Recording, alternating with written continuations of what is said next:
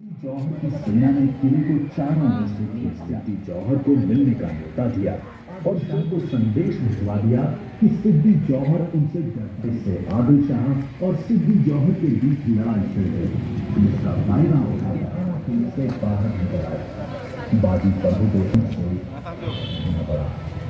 उनको महाराष्ट्र के इतिहास में एक महान योद्धा 50,000 सैनिकों के साथ शिवाजी से युद्ध करना होगा और शिवाजी के निवास स्थान लाल महल के अपनी घाटी से कूदकर भारत। मैंने इतिहास की बहुत सारी घटनाएं अपने अंतःकरण में समाये रखी हैं।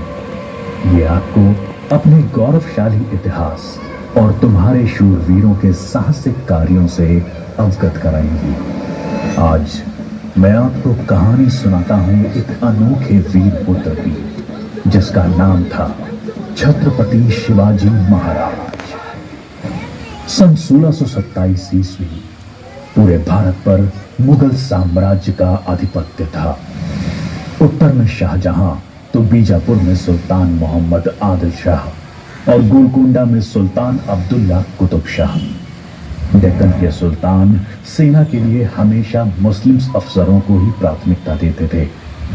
बंदरगाहों पर पुर्तगालियों का कब्जा था और थल मार्ग पर मुगलों का अधिकार। इसलिए उत्तरी अफ्रीका और मध्य एशिया से मुसलमान अधिकारियों को ला पाना मुमकिन नहीं था और डेक्कन के सुल्तानों को हिंदू अधिकारी नियुक्त करने पड़ते थे। आदिल शाह की सेना में एक मराठा सेनाध्यक्ष था, शाहजी भोसले। शाहजी सेना में उच्च पद पर आसीन था। सन 1630 में महाराष्ट्र में जुन्नर के समीप शिवनेरी के किले में उनके और जीजाबाई के यहाँ एक पुत्र का जन्म हुआ। स्थानीय देवी शिवाय के नाम पर पुत्र का नामकरण हुआ, जो आगे चलकर छत्रपति शिवाजी महाराज के नाम से विश्व विख्यात हुए। शिवाजी के पिता काफी समय घर से दूर रहे थे, इसलिए बचपन में उनकी देखरेख माता जीजाबाई और गुरु दादोजी कोंडेल ने की। दादोजी ने उन्हें युद्ध कौशल और नीति शास्त्र सिखाया, तो जीजा माता ने हिंदू धार्मिक कथाएं। जब दादोजी का सन 1647 में निधन हुआ, तब उनका ये मानना था कि शिवाजी अपने पिता की ही तरह आदिल शाह की सेना में उच्च पद पर आसीन होंगे, लेकिन विधि को कुछ और ही मंजूर था।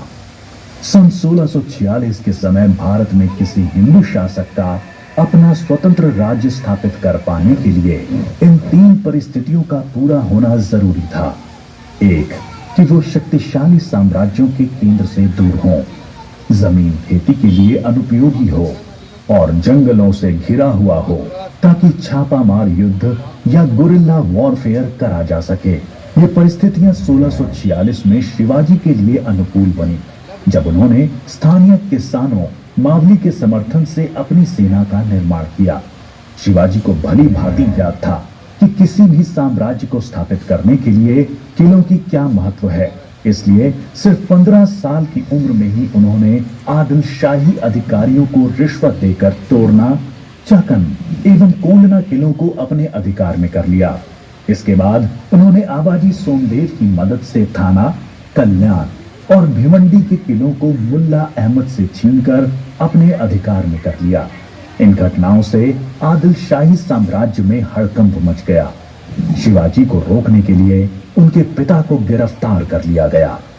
इसलिए शिवाजी ने अगले 7 बरस तक आदिल शाह पर सीधा आक्रमण नहीं किया। शिवाजी ने यह समय अपनी सेना को बढ़ाने और प्रभावशाली देशमुखों को अपनी ओर करने में लगाया। धीरे धीरे उन्होंने एक विशाल सेना खड़ी कर ली, जिसके घुड़सवार नेताजी पलकर ने संभाल रखी थी और पैदल सेना यशाजी कंत ने। अब तक शिवाजी के पास 40 किले भी आ चुके थे।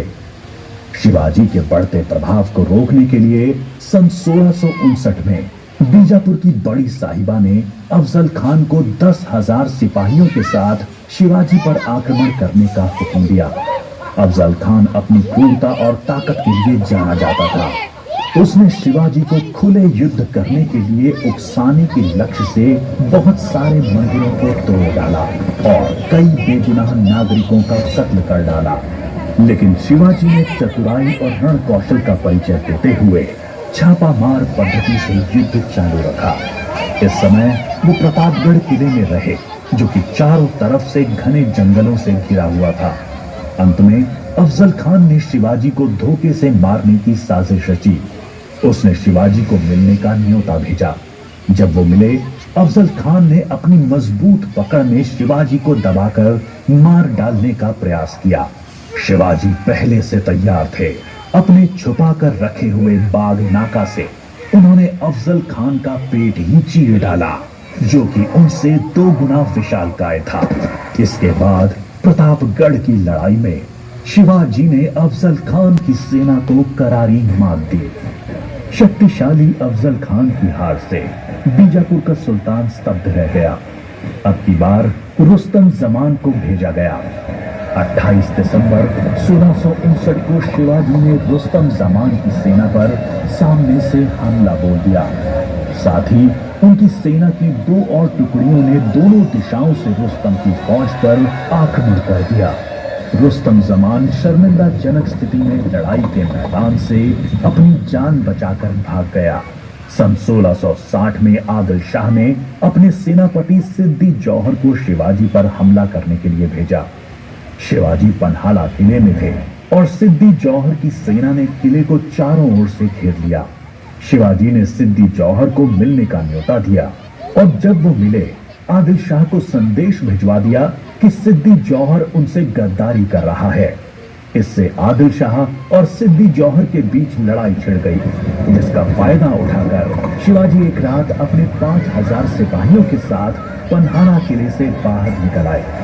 बाजी प्रभु देशपांडे ने न सिर्फ सिपाहियों के साथ दुश्मन सेना को उलझाए रखा, जिसकी वजह से शिवाजी सकुशल विशालगढ़ पहुंच गए। इस लड़ाई में बाजी प्रभु देशपांडे को अपने प्राणों से हाथ धोना पड़ा। उनको महाराष्ट्र के इतिहास में एक महान योद्धा माना जाता है। इसके बाद बीजापुर की बड़ी बेगम ने औरंगजेब से शिवाजी को पकड़ने के लिए विनती करी। उसने अपने मामा शाइस्ता खान को 1,50,000 सैनिकों के साथ शिवाजी से युद्ध करने भेजा। शाइस्ता खान ने अपनी विशाल सेना के बल पर पुणे पर कब्जा कर लिया और शिवाजी के निवास स्थान लाल महल पे अपना बसेरा डाल दिया। शिवाजी ने चालाकी से अपने 400 सिपाहियों के साथ शादी के बारातियों के वेश में पुणे में प्रवेश कर लिया। रात के समय उन्होंने सीधे शाइस्ता खान के ऊपर खतरनाक हमला बोला। खान ने खाकी से कूदकर अपनी जान बचा ली, पर शिवाजी की तलवार की वार से अपनी 3 उंगलियां गंवा बैठा। उंगली तो गई और इज्जत भी। फिर शिवाजी ने सन 1664 में मुगल व्यवसायी केंद्र सूरत पर आक्रमण करके उसको तहस नहस कर डाला। औरंगजेब आग बबूला होकर 60 वर्षीय राजपूत सेना नायक मिर्जा राजा जय सिंह को अपने 1.5 लाख सैनिकों के साथ शिवाजी से लड़ने के लिए भेजा। इस युद्ध में शिवाजी की हार हुई और उन्हें अपने 23 किले और 4 लाख की मुद्रा हर्जाने के रूप में देनी पड़ी। उन्हें अपने 9 वर्ष के पुत्र संभाजी के साथ आगरा जाना पड़ा। शिवाजी को नियंत्रित रखने के लिए पहले यह तय हुआ कि उन्हें मुगल दरबार में कोई पद दिया जाए, लेकिन औरंगजेब ने उसको बदलकर शिवाजी को घर में कैद करने का आदेश दे दिया। औरंगजेब नहीं जानता था कि यह गलती बहुत महंगी पड़ेगी।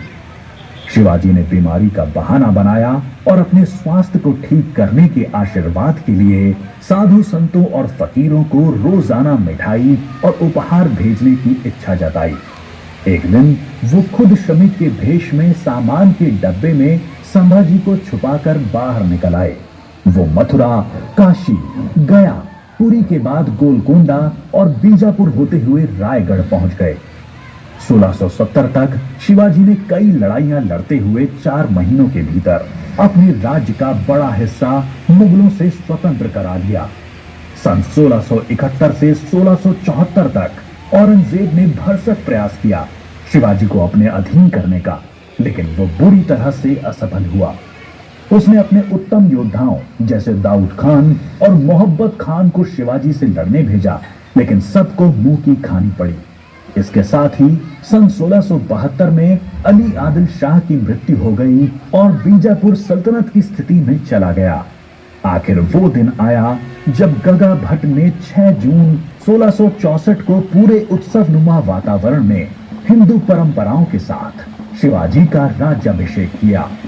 वो मराठा के राजा बने और कई सदियों के अंतराल के बाद हिंदू रीतियों, तिलक, जनेऊ और वेदों के उच्चारण के बीच किसी राजा का राज्याभिषेक संपन्न हुआ। शिवाजी की महानता सिर्फ उनकी बहादुरी और युद्ध कौशल में ही नहीं थी, वो एक योग्य प्रशासक भी थे। उन्होंने धर्म के आधार पर कभी किसी के साथ पक्षपात नहीं किया। उनके कई अधिकारी, यहाँ तक कि उनके व्यक्तिगत अंगरक्षकों में कुछ मुसलमान भी थे। उन्होंने कभी किसी भी नारी का निरादर नहीं किया, यहाँ तक कि युद्ध में हारे हुए दुश्मनों की स्त्रियों को भी सम्मान सहित वापस भेज देते थे। गुरिल्ला युद्ध, किलों का उपयोग और नवसेना का निर्माण भारत में पहली बार शिवाजी ने ही करा।